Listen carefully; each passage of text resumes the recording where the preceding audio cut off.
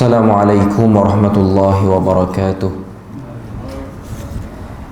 Innal hamdalillah nahmaduhu wa nasta'inuhu wa nastahdihi wa nastaghfiruh wa na'udzu billahi min shururi anfusina wa min sayyiati a'malina. Man yahdihillahu fala mudilla lahu wa man yudlilhu fala hadiya lahu. أشهد أن لا إله إلا الله وحده لا شريك له وأشهد أن محمدا عبده ورسوله. يا أيها الذين آمنوا اتقوا الله وقولوا قولا سديدا يصلح لكم أعمالكم ويغفر لكم ذنوبكم ومن يطع الله ورسوله فقد فاز فوزا عظيما. الحمد لله الذي بنعمته تتم الصالحات. ربنا آتنا من لدنك رحمة وهيئ لنا من أمرنا رشدا. اللهم آت نفسي تقواها وزكيها وأنت خير من زكاها أنت وليها ومولاها. Alhamdulillah, syukur pada Allah Azza wa Jalla kerana dengan rahmat dan juga limpah kurnia yang Allah Subhanahu wa taala berikan, dapat kita sama-sama berada dan berkumpul dalam majlis ilmu pada pagi ini. Dan kita mohon pada Allah Azza wa Jalla supaya Allah taala berikan pada kita kesempatan, berikan pada kita rahmat dan juga barakah bila mana kita berada dan berkumpul dalam majlis yang mulia seperti ini, insya-Allah. Dan insya-Allah kita akan menyambung perbahasan daripada risalah 40 amalan mudah menurut sunnah, yang mana hari ini sunnah yang akan dibahaskan ialah bacaan apabila ditimpa sesuatu yang tidak disenangi. Hadis yang diriwayatkan oleh Al-Imam Muslim, kata Nabi SAW, bila mana kita ditimpa dengan sesuatu benda yang kita tidak selesa ataupun tidak senang dengan benda tu, apa yang kita kena ucapkan? Kita ucapkan satu kalimah ni, iaitu kalimah yang berbunyi Qaddarallah wa ma syaa fa'al. Qaddarallah wa ma syaa fa'al. Maksudnya, Allah sudah mentakdirkan sesuatu yang dikehendaki dan dilakukan. Jadi kalimah ni ringkas, Qaddarallah ma syaa wa ma syaa fa'al. Kita tengok apa pengajaran yang disebutkan sini. Pengajaran daripada hadis yang pertama, hadis ini mengajarkan bacaan yang sunat dibaca ketika seorang Muslim berhadapan dengan situasi yang sukar. Mana situasi yang payah, situasi yang kita tak senang dan tak selesa, kita baca kalimah ni, Qaddarallah wa ma syaa fa'al. Lafaz hadis ini menunjukkan sifat tawakal seorang hamba kepada Tuhannya setelah dia berusaha sedaya upaya untuk sesuatu yang diingini.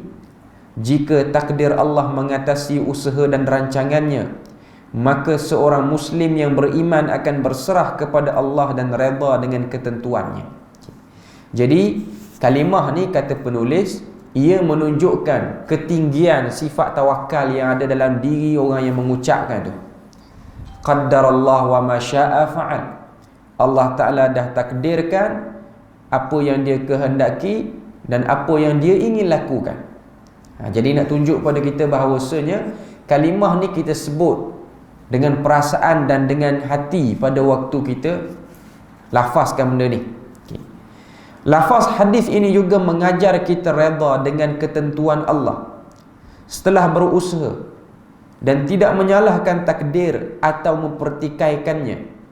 Ini kerana tidak ada guna mempertikaikan takdir. Allah tetap maha berkuasa dan hamba tetap terikat dengan ketentuannya.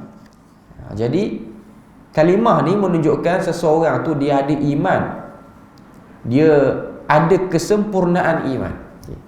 Sebab hari ni bila mana manusia berada dalam keadaan yang gentir ataupun keadaan yang sukar, ada sebahagian yang sukar untuk menerima keadaan tu sehingga memilih untuk yasubbu rabbuhu, mencela Tuhannya. Ada sebahagian orang. Ataupun menyalahkan diri sendiri dan akhirnya mencelakakan diri sendiri. Oleh itu Nabi SAW tidak suka perkataan kalau setelah terjadi sesuatu ketentuan Allah, kerana ini membuka ruang syaitan untuk menggoda manusia mempertikaikan takdir Allah. Jadi bila mana berlaku satu musibah, antara benda yang syaitan cuba untuk rosakkan kita ialah dia datangkan pada kita untuk sebut kalaulah begini ataupun kalaulah macam ni. Sebab tu dalam hadis lain Nabi sebut, iyyakum, hati-hati kamu dengan perkataan lau ataupun kalau. Lau ni dalam bahasa Arab, dalam bahasa Melayu kita kalau ataupun jikalau. Okey. Fa innahu miftahun, kerana ianya ialah kunci kepada pintu syaitan. Maknanya nak sebut pada kita itu ialah pembuka kepada waswas dan juga pembuka kepada rosaknya iman kita terhadap qada dan juga qadar, ataupun rosaknya iman kita terhadap takdir. Sebab tu perbahasan berkenaan isu ni ataupun perkara ni kita kena beri penekanan. Apa saja berlaku dalam hidup kita ni tak boleh kita sebut kalau tak boleh, sebab ini benda yang membuka.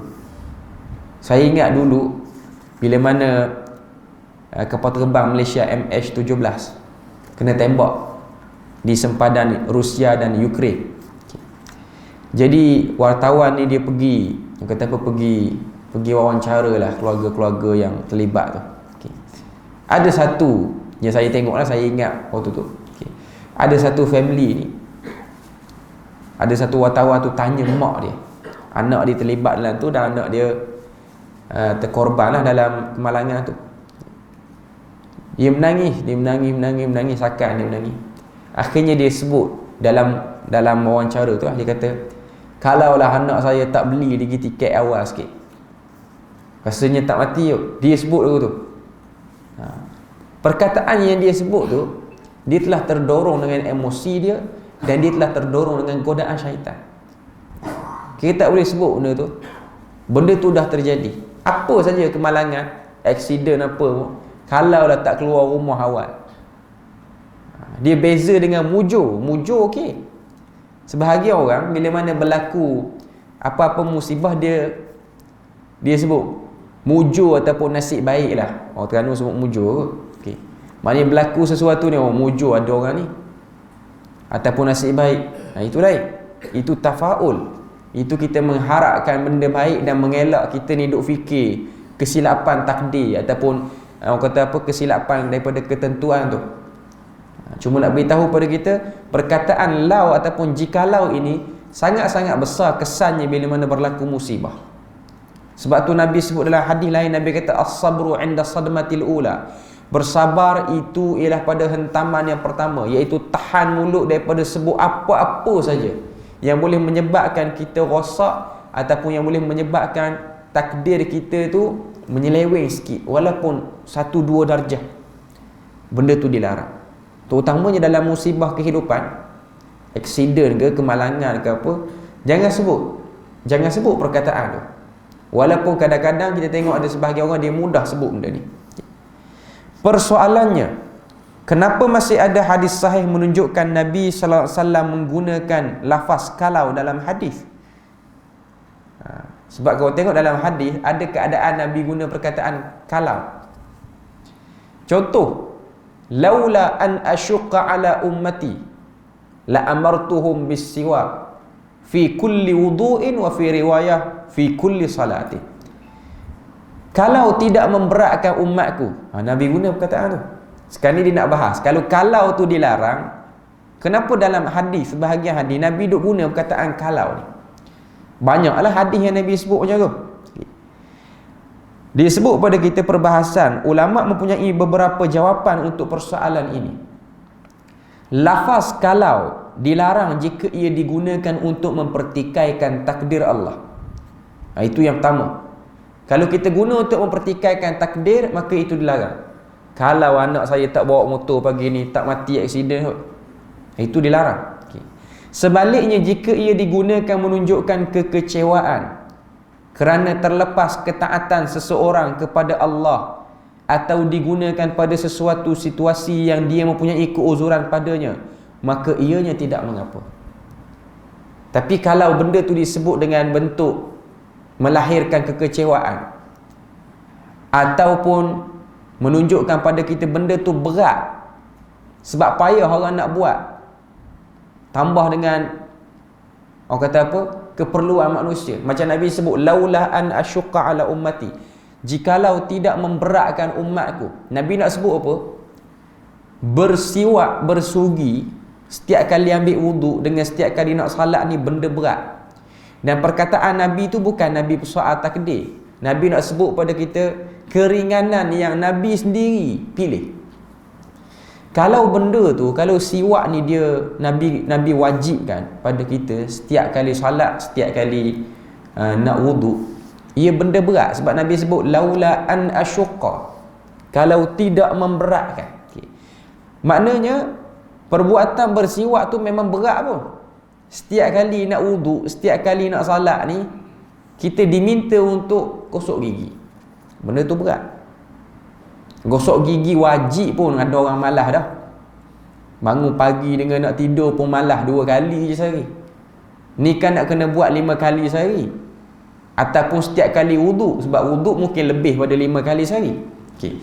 Jadi perkataan jikalau dalam hadis Nabi itu menunjukkan kepada kita bahawasanya ianya satu benda yang Nabi nak beri keuzuran padanya. Sebab Nabi tahu benda tu berat. Okay. Dan kata penulis, dia kata perkataan jikalau itu boleh juga melambangkan kekecewaan. Yang tu tak apa. Sebab tu ada hadis yang diriwayatkan oleh Al-Munziri dalam kitab Targhib wa Tarhib. Walaupun hadis ni taklah semua dalam kitab tu, tak semua hadis tu sahih. Adalah perbahasan para ulama hadis-hadis dalam kitab tu. Okay. Dia ada satu hadis Nabi cerita. Nabi cerita tentang satu orang yang nazak ataupun nak meninggal dunia. Dia ni orang soleh. Okay. Nabi kata bila mana Allah Ta'ala hantar malaikat untuk cabut nyawa, dia pada waktu tu melihat amal-amal kebaikan yang dia pernah buat zaman dia hidup. Ni Nabi sebut. Nabi tak sebut siapa, cuma Nabi sebut umum. Siapakah orang tu? Okay. Nabi tak sebut. Okay. Nabi kata ketika mana nyawa dia nak sampai, dia ghargharah ataupun di halkum ni nak sampai, nak habis dah nyawa. Okay. Allah Ta'ala tayangkan semua amal kebaikan yang dia pernah buat, dan dia daripada orang salih. Dan dia tengok beberapa kebaikan yang dia buat. Dia pun kata, alangkah aku beri banyak. Dia sebut masa nyawa nak habis tu, dia sebut alangkah banyak lagi. Dalam hadis tersebut, lau inni aktsartu alai, kalaulah aku banyakkan lagi. Lau inni, kalau sekiranya aku berikan yang baru, dan sekian dan sekian. Okay. Ini perkataan-perkataan jikalau yang dia sebut.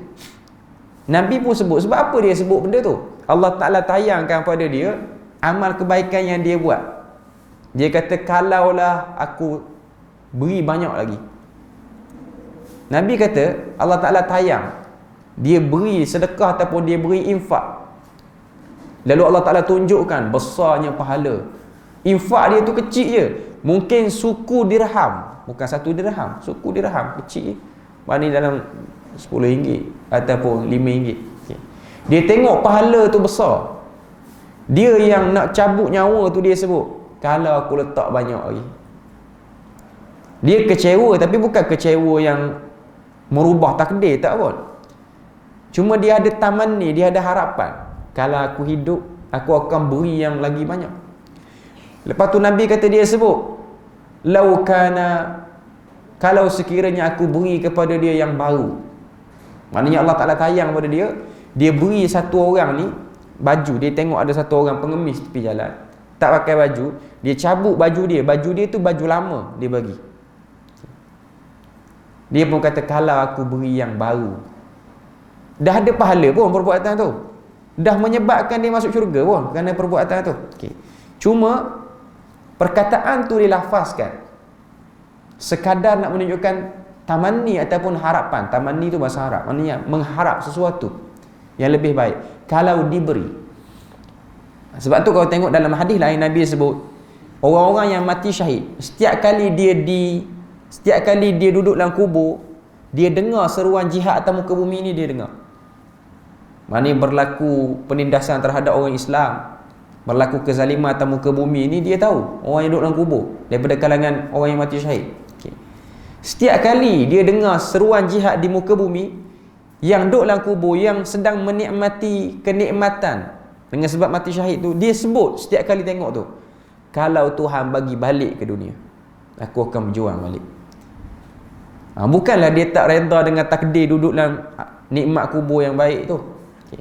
Tapi nak tunjuk pada kita bahawasanya sekiranya diberi peluang, dan hadis-hadis seperti ni pun dia berunsur targhib kepada kita yang belum dapat, macam orang yang sebut tu. Mana nak tunjuk pada kita bahawasanya ini ialah benda yang positif, jikalau yang positif, bukan jikalau yang buruk lah. Bukan benda-benda orang kata apa, menafikan takdir, bukan. Yang kedua dia sebut sini, lafaz kalau dilarang untuk digunakan jika seseorang menggunakannya seolah dia pasti, kalau tidak kerana sesuatu maka perkara itu tidak berlaku. Sebaliknya, jika dia yakin semuanya dengan izin Allah, maka dia gunakan lafaz kalau itu dengan kepercayaan semuanya dengan izin Allah, maka tidak menjadi kesalahan. Jadi dia sebut sini, lafaz kalau ni dilarang untuk digunakan jika seseorang menggunakan seolah-olah dia pasti. Kalau dia buat yang tu, pasti tak jadi, pasti tak kena teruk. Ini benda yang kita tak tahulah, kita tak diuji, kita tak tahu. Okay. Saya 2-3 hari lepas ada satu orang kawan sama belajar lah, belajar sekolah menengah. 2-3 hari sebelum tu saya ada tengok lah dalam beberapa page FB yang ramai follower, orang duk cerita tentang satu kes perceraian satu pasangan ni. Okay. Cuma saya duk baca kes tu, saya tengok macam kenal orang dalam kes tu, macam kawan kita. Okay. Last sekali saya kontak kawan-kawan terdekat, tanya, ni kes dia ke? Lepas tu ramai kawan-kawan saya kata, kes dia. Kesnya dia bercerai lah, dia bercerai dengan isteri dia. Isteri dia ada mental illness, ada sakit mental yang menyebabkan dia ada 2 personality. Dan bila mana dia marah, dia dendam cukup lama. Dan dia kahwin tu, kawan saya yang lelaki ni, dia kahwin bukan dengan warga negara Malaysia lah, orang luar negara. Jadi dia ada sedikit kesulitan nak urus perkahwinan. Tapi si perempuan tu dia aktif di laman sosial ni. Dia cerita lain lah di FB dia. Dia cerita tu macam-macam lah. Dia macam buruk dengan suami dia. Dan saya tengok lah dia punya post-post tu, sampai page yang popular pun duk share. Siakak Keli pun share. Maknanya popular lah. Okay. Saya tengok page dia tu, bukan page, FB isteri dia tu, bekas isteri dia. Dia post benda biasa, 1,000, 2,000 lebih orang like. Dahsyat lah. Kuliah ni 500 pun kita suka dah orang like. Okay. Ni 2,000, page bodoh gitu ke. Post benda-benda gitu ke. Okay. Sampai 2,000, 3,000. Saya rasa curious, saya rasa curiga lah. Okay. Saya minta kawan saya kontak, lepas tu dia beritahu apa sebenar. Okay.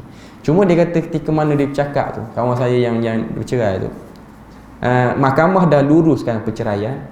Cuma dia nak tuntut hadanah, dia nak tuntut hak penjagaan anak daripada pihak mahkamah. Mahkamah bersetuju nak tolong lah. Okay. Cuma syaratnya surat yang menyatakan dia tu sebagai mental, penyakit, ada sakit mental ni, hospital dah pastikan, dah iakan dia memang ada sakit mental. Psikiatrik dah beritahu macam tu. Cuma masalah sekarang, dia yang pesakit tu dia tak sign surat tu. Jadi surat tu tak dapat diproses di mahkamah syar'i di sebuah negeri ni. Okay. Jadi menyebabkan anak tu dia perempuan tu pegang. Tapi kawan saya tu kata dia memang tahulah isteri dia ni bila mana dia mari mental illness dia murung, dia tak peduli apa tentang anak dia. Dan dia dah bertahan, dah cuba bertahan selama 4 tahun. Dia kata dia tak sangka. Cuma saya nak sebut, dia sebut satu perkataan. kalau dulu aku dak kahwin dengan dia ni bagus kot. Dia sebut benda tu. Dia ngaji sunnah sekali dengan kita lah. Okay. Nak kata ni, nak kata kalau tak kena uji tak boleh cakap sedap lah. Okay. Dia kata dia balik malam-malam ni lepas daripada tu, orang lelaki menangis. Dia boleh sebut dia tu, menangis sebab dia ingatkan anak, bukan ingat ke perempuan tu. Sebab anak dah 2 orang dah. Okay. Dia cerita, kalaulah aku tak kahwin, dulu ada sebahagian orang pesan jangan kahwin dengan dia ni, tapi aku kahwin kok. Okay. Saya kata tak boleh sebut dah benda tu, sebab benda tu dah jadi takdir dah. Cuma nak beritahu kita, kalau tak kena uji, kita boleh lah beri teori pada orang. Jangan sebut. Kena kita kok, kita hebat lagi sebut pada orang. Okay. Cuma nak beritahu, kita hanya boleh tahan diri. Tapi saya sendiri pun tak salahkan dia lah, sebab dia cerita pada saya, dia kata aku kahwin dengan dia, hari pertama aku problem dah, tak tahu dia tu mental illness. Tuan-tuan, hari pertama, malam pertama dia illness dah, tak mau tegur orang. Takkan malam tu nak cerai tu. Tapi dia tahan tempoh agak lama. Tapi dalam FB kawan tu memang dia cerita lagu lain lah.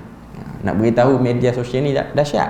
Dan saya duk tengok lah page mantan bekas isteri dia tu, dia punya komen tu ramai orang komen menyokong dia. Tapi orang tak tahulah cerita sebenar. Dia cerita dekat saya, dia kata aku kahwin tak ada orang tahu pun, kawan-kawan tak tahu. Aku cerai satu Malaysia tahu. Dia duk cerita macam mana tak murung, dia kata. Dia sebut lagu tu. Saya nak sebut apa dia? Saya nak sebut sini, nak beritahu bahawasanya kalau kita diuji, baru kita tahu langit tu tinggi rendah lah. Okay. Cuma orang yang boleh tahan diri tak sebut benda tu ialah orang yang betul-betul, orang kata apa, ada keimanan yang jitu lah. Okay. Sebahagian ulama' mengatakan lafaz kalau dilarang untuk digunakan dalam urusan dunia, sama ada terlalu mengharap dan meminta habuan dunia, seperti seseorang berkata, kalau aku buat begini pasti aku dapat ini. Ataupun digunakan untuk melarikan diri dari sesuatu, seperti seseorang berkata, kalau tidak kerana ini, sudah pasti perkara ini tidak menimpa aku. Ni banyak orang duk cakap. Saya duk jumpa sebahagian orang ni duk sebut macam ni. Bila mana dia sembang-sembang dengan kita, terutama sebahagian orang yang berumur, dia berkata, kalau saya ni belajar elok, belajar sungguh dulu, tak jadi macam ni, taklah melarat, tak ada duit macam ni. Okay. Perkataan tu pun tak boleh sebut sebenarnya, walaupun kita tahu dia memang melarat, tak ada duit okay. Dan memang kita tahu zaman muda dia pun memang malas belajar. Okay. Cuma nak beritahu benda tu tak boleh sebut. Benda tu dah berlalu dan biarkan ia berlalu lah. Okay. Sebab tu orang Islam ni dia ada satu benda yang hebat pada dia, pada agama Islam ni, dia berjaya menjati dirikan orang tu bila mana berlaku musibah. Dia tidak menyebabkan orang tu hidup dalam keadaan putus asa sampai ke mati.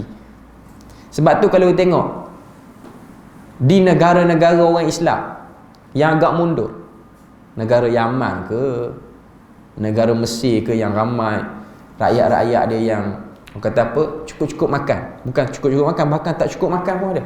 Okay. Kadar bunuh diri di negara-negara macam ni tak banyak. Saya beri contoh pada tuan-tuan, Mesir ramailah rakyat dia yang susah. Ramai rakyat dia yang susah, yang mana yang hidup dia punya pendapatan bawah daripada per kapita sara hidup yang sepatutnya. Okay. Tapi nak cari orang Mesir yang nak statistik negara tu bunuh diri tidak sehebat Jepun yang lebih maju pada Mesir. Jepun ni maju, maknanya orang miskin Jepun pun tarah orang kaya kot di Mesir. Yang paling miskin di Jepun. Okay. Tapi dia orang bila mana dia kecewa, dia upset, dia kecewa satu benda, dia mudah nak menyalahkan diri, dan akhirnya dia duduk, dan akhirnya dia pilih untuk mati ataupun bunuh diri. Sebab tu di Jepun ni ada satu hutan tempat orang bunuh diri, dan benda tu telah diusahakan oleh kerajaan untuk tutup hutan tu. Dan dia ada macam-macam lah, macam-macam cara nak express benda tu. Tapi di Mesir ataupun di Jordan sendiri pun, walaupun rakyat dia tak semua mampu bekerja dengan kerja yang baik, payahlah nak jumpa yang orang kata apa, yang nak bunuh diri. Bukan kata tak ada kes tu, ada, tapi taklah setinggi negara-negara maju. Tak setinggi negara-negara maju. Saya ingat Saya pernah jumpa satu orang Arab Syria, orang Syria yang jadi pelarian ketika saya belajar dulu. Dia orang kaya di Syria, sangat kaya. Dia cerita pada saya tu, masa dia cerita tu, dia duduk dalam kemah di kawasan padang pasir. Jadi pelarian. Maknanya dia tak dapat tempat di satu kamp pelarian yang besar. Di Jordan ni dia ada satu kamp pelarian, boleh kata yang kedua terbesar di dunia untuk pelarian Syria. Nama dia Kamp Za'atari. Yang pertama orang kata di Lebanon. Kamp Za'atari ni ramai, crowded dia punya pelarian situ.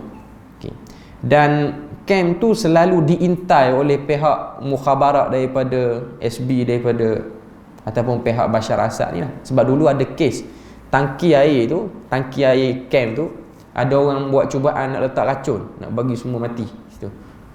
Jadi ada sebahagian rakyat Syria yang dia tak duduk di Za'atari tu, dia bertebaran lah di bumi Jordan ni. Jadi jumpa dengan satu orang, nama dia Abul Ala. Dia namakan nama dia Abul Ala. Dia beritahu pada saya, dia kata, aku dulu di Syria bukan daripada kalangan orang yang biasa-biasa, bahkan aku orang yang agak kaya di Syria. Dia kata pendapatan harian dia di Syria $10,000 USD sehari. Dan dia ada banyak restoran di Syria, lebihlah daripada 10 restoran dia. Sehingga bila mana berlakunya revolusi di Syria, semua restoran dia dirampas oleh rejim ni lah. Tak ada satu yang dia tinggal, kecuali ada satu lori pickup yang boleh bawa barang. Lori pickup tu lah yang dia ada, dan rumah dia semua kena blokade, semua harta semua tak ada. Duit dia dalam bank yang luar negara pun dibekukan, tak dapat nak cash kan duit tu, sebab revolusi dah berlaku. Jadi banyak world trade yang dunia ni tak mahu berurusan dengan negara ni sebab mata wang tak stabil. Jadi dia keluar daripada Syria, daripada Damsyik tu keluar masuk ke sempadan Syria Jordan dengan lori pickup tu. Sampai di sepadan Syria, masih lagi di Syria, belum masuk ke Jordan, dia kena tahan di rejim Bashar Assad.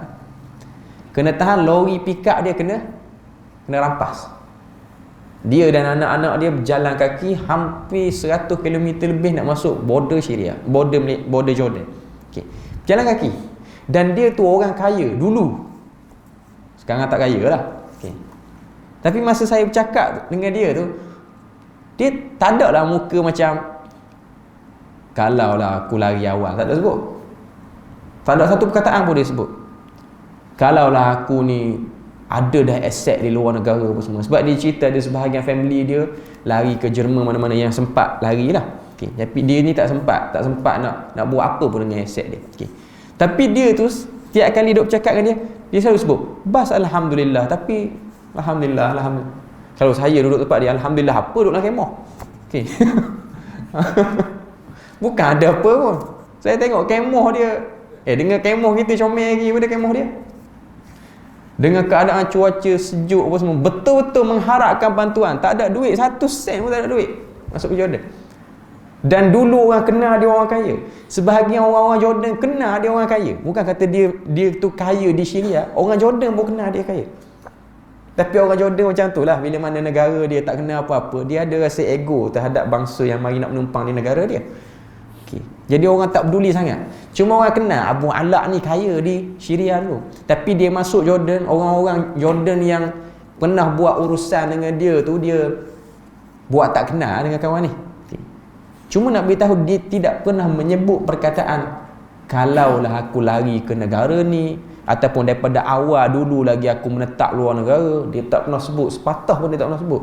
Dan Allah Ta'ala uji dia dahsyat, sehingga semua harta-harta aset dia tak ada apa, tak ada nilai. Dia kata kami tak pernah sangka. Yang dia sebutnya ialah depan saya, kami tak pernah sangka lah harta yang Tuhan bagi pada kami sekeluarga ni hilang sekelip mata. Tu je yang dia sebut.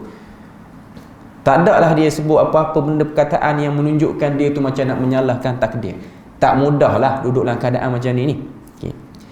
Sebahagian ulama mengatakan lafaz kalau dilarang jika ia digunakan untuk mempertikaikan takdir, atau marah kepada takdir. Jika penggunaannya bebas daripada perkara ini, maka ianya tidak dilarang. Maknanya nak sebut pada kita, kalau dalam bab keuzuran apa-apa semua, tak ada masalah. Tapi kalau dalam bab mempertikai takdir, maka benda tu dilarang. Kita ambil satu lagi sunnah dalam masa yang ada ni. Yang seterusnya ialah sunnah bacaan ketika mana kita menziarahi orang sakit. Menziarahi orang sakit, apa yang kita nak kena baca? Dalam hadis riwayat Bukhari, kata Nabi, bacaan dia ialah la ba'sa tahurun insya-Allah.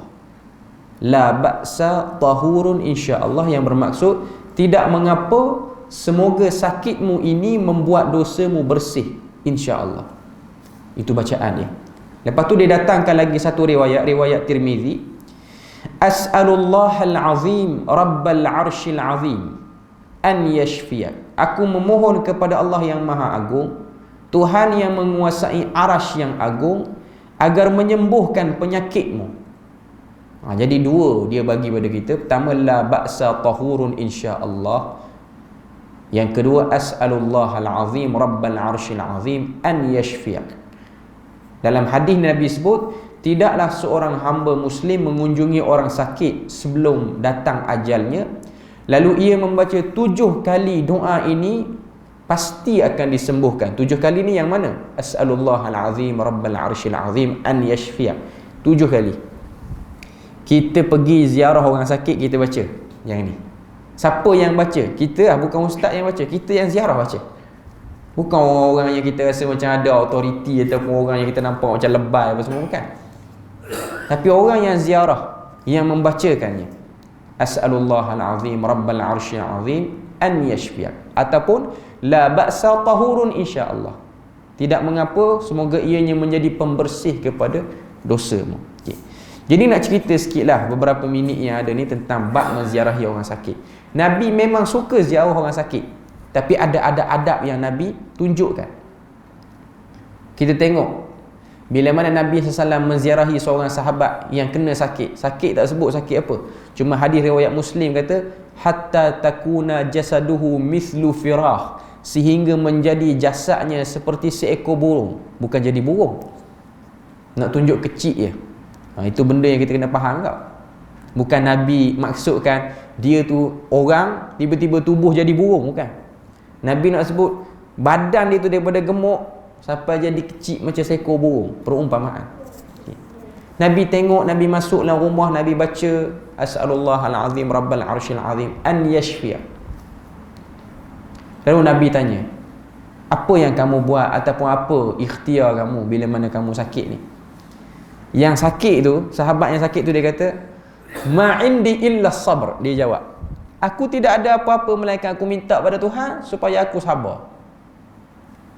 Dia minta, maknanya tengah sakit tu dia berdoa, ya Allah berikanlah aku kesabaran atas ujian. Nabi kata jangan doa macam tu. Nabi kata doa pada Allah supaya Allah Ta'ala beri al-afwa wal-afiyah. Doa yang tu, supaya Allah Ta'ala beri pada kamu kesihatan dan juga keampunan dosa. Para ulama sebut sebab apa Nabi larang doa sabar. Saya dah sebut banyak kali sini. Doa sabar ni Nabi suruh bila mana perang saja. Tengah-tengah waktu perang tu, Rabbana afrigh alaina sabran wa thabbit aqdamana wansurna 'alal qaumil kafirin. Itu doa dalam Quran. Okay. Apa yang nak disebut situ? Kalau kita sakit, kita berdoa, ya Allah berilah aku kesabaran. Maknanya kita minta pada Tuhan tambah sikit lagi sakit. Sebab nak tahu orang tu sabar, kena bagi ujian lah. Itu yang disebutkan oleh sebahagian ulama. Sebab tu bila mana kita sakit ataupun kita kena ujian yang bukan perang, minta pada Tuhan supaya Tuhan angkat ujian tu. Bukan kita minta pada Tuhan, ya Allah jadikanlah aku orang yang sabar. Sebab kita minta, jadi Tuhan nak tengok kita sabar atau tidak. Dia bagi lagi ujian pada kita. Kadang-kadang kita silap doa. Cara kita doa tu silap. Sebab tu kita rugi apa-apa semua. Ada orang, ya Allah jadikanlah aku bersabar terhadap kerugian ni. Rugi, nega plus tu rugi pula. Nak sangat sabar, dapat rugi pula sekali. Antara dua. Sama ada kita jadi orang yang sabar ataupun kita jadi orang yang tak sabar. Tapi berat lah, benda tu berat. Sebab saya tengok para Nabi pun, atau para Nabi yang diuji, dia tak pernah, ketika mana diuji tu dia tak pernah doa, Ya Allah, jadikanlah aku orang yang sabar. Hatta Nabi Ayub yang kena sakit teruk tu, dia tak sebut doa tu. Melainkan dia sebut, ampunkan dosaku, angkatlah musibah ni. Itu saja yang dia sebut. Okay. Jadi bila mana kita pergi ziarah orang, kita beri kata-kata semangatlah pada dia. Itu yang Nabi buat. Sebab tu Nabi kata pada sahabat ni, minta pada Tuhan supaya berikan afiat, berikan kesihatan, dan juga berikan keampunan. Walaupun perkataan dalam hadis yang kita baca tadi, la ba'sa tahurun, maksudnya tidak mengapa, insya-Allah kamu bersih daripada dosa. Seakan-akan nak tunjuk pada kita orang yang kena sakit ni ialah orang yang Allah Ta'ala nak cuci dosa. Tapi kita kena bercakap dengan nada yang elok. Saya pernah, masa saya duduk Terengganu dulu, ada orang, mungkin kawan-kawan dia kot, dia mari ziarah. Saya duduk sebab nak pergi ziarah orang lain. Cuma dia masuk dalam wad tu, belum Covid lah ni, cerita belum Covid. Dia masuk, dia tengok kawan dia. Kawan dia sakit buah pinggang ke apa, saya tak pasti. Tapi sakit yang agak teruk lah. Kawan, sama-sama kawan, dia masuk, dia sebut tu bagus dah awal. Dia kata, semoga Tuhan beri kesembuhan lah sakit ni. Lepas tu dia kata, mu ni banyak dosa kot. Terus dia bagi. Direct dia bagi kat kawan tu. Kawan tu jadi macam tak selesa lah. Sebab tu sakit ni, dia kata banyak dosa sangat. Tapi tak apalah, dia kata sakit-sakit ni menghapus dosa. Bahasa dia tu, hatta orang kata orang Terengganu boleh bercakap dengan bahasa lagu tu. Saya sendiri saya tak setuju dengan bahasa lagu tu. Nasib baik dia tak kata katil sebelah pun kosong banyak dah. Mu je tak kosong lagi. Okay. Lagi lemah semangat kawan tu. Cuma memang saya dengar, saya dengan isteri pada waktu tu, kita paling tengok orang yang sebut tu. Kita paling, dahsyat dia ni kata kawan tu. Mu ni banyak dosa yang sakit ni. Tak boleh sebut lagu tu, tak boleh. Walaupun tuan tu tak marah. Saya tengoklah orang yang kena orang yang dia bercakap tu, dia masih senyum lah. Dia dengar kawan dia kata, mu ni banyak dosa. Dia masih senyum lah. Cuma nak beritahu dia kata, itu bukan kata-kata yang bagus. Walaupun atas nama kawan lah. Walaupun atas nama kawan. Okay. Elakkan kita sebut benda-benda yang tak patut. Dan bila mana kita ziarah orang sakit ni, kita ziarah dalam kadar yang sekejap. Jangan ziarah lama. Sebab orang sakit, dia tak selesa. Sebahagian orang sakit dia tak selesa sebab mungkin aurat dia tak berapa terjaga sangat. Elakkanlah kita ziarah orang sakit ni lama sangat. Melainkan yang sakit tu kata duduklah lama sikit, nak sembang pun semua. Sebab kadang-kadang orang sakit dia ada rasa kesunyian, dia nak suruh orang bercakap dengan dia. Kalau dia minta, tak apa. Tapi kalau dia tak minta dan kita nampak dia macam tak banyak nak bercakap, kita duduk sekejap dah. Ni ada orang duduk dalam ward hospital, roti yang orang bagi untuk orang sakit, dia yang duduk makan. Dia kata banyak makanan ni, mu tak makan ni, sakit-sakit ni, dia kata. Memang aku tolong berhabis. Okay. Ini dahsyat punya orang. Cuma nak beritahu pada kita, itu bukan adab yang bagus. Okay. Jadi nak beritahu dia, sebutlah itulah bila mana kita ziarah orang sakit. Jadi rasanya kita berpada situ ilahku untuk pagi ini. Semoga Allah Ta'ala beri rahmat dan berkat. Subhanakallahumma wa bihamdik, asyhadu an la ilaha illa anta wa astaghfiruka wa atubu ilaik.